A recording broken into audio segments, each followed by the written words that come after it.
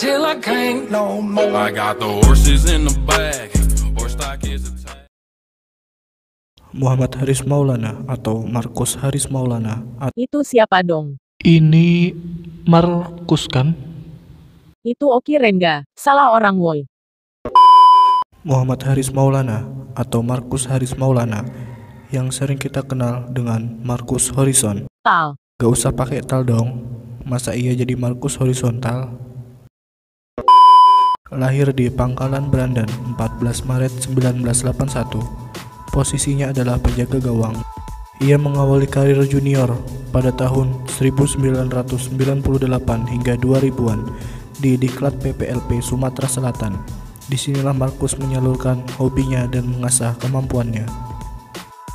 Di balik kesuksesannya menjadi seorang kiper yang handal di bawah Mistar, ternyata ada sedikit cerita unik dari seorang Markus Horizon.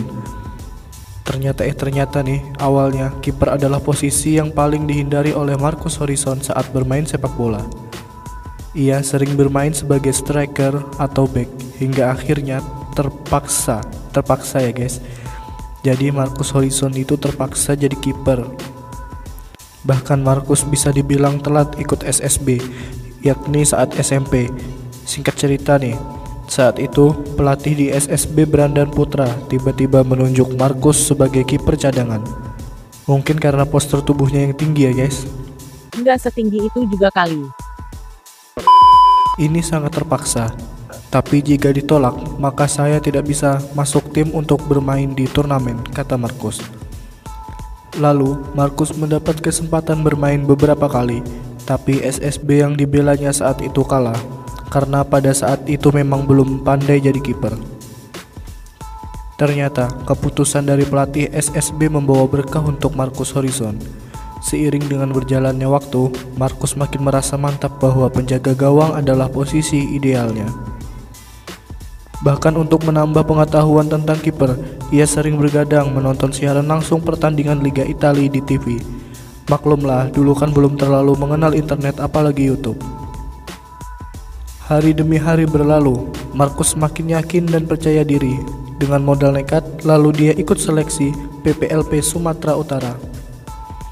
Dan alhamdulillah, dari 50 peserta, Markus berhasil lolos seleksi bersama 2 kiper lainnya. Banyak pelajaran yang saya petik selama 3 tahun di PPLP.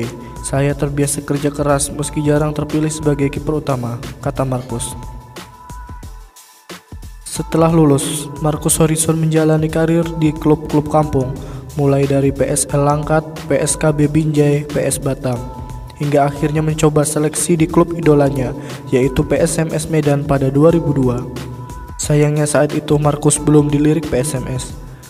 Tapi beruntung mendapat tawaran langsung dari manajemen Persiraja Banda Aceh. Tanpa pikir panjang, Markus Horizon langsung terima tawaran tersebut. Setelah setahun membela Persiraja, dengan bermain lumayan gagah, PSMS pun tertarik untuk merekrutnya. Tapi sebenarnya Persiraja ingin memperpanjang kontrak 1 tahun lagi. Tapi apa boleh buat, Markus tak bisa menolak tawaran PSMS Medan, yaitu klub impiannya sejak kecil. Akhirnya manajemen Persiraja pun merestui kepergian Markus, meskipun berat rasanya meninggalkan sahabat-sahabatnya di Aceh. Setelah kepindahannya ke PSMS, ternyata ada kisah sedih nih guys. Jadi, pada tahun 2004, beberapa teman setim Markus saat di Persiraja meninggal karena bencana tsunami di Aceh. Termasuk sahabatnya, yaitu striker legendaris Persiraja, Irwansyah. Al-Fatihah buat almarhum Om Irwansyah.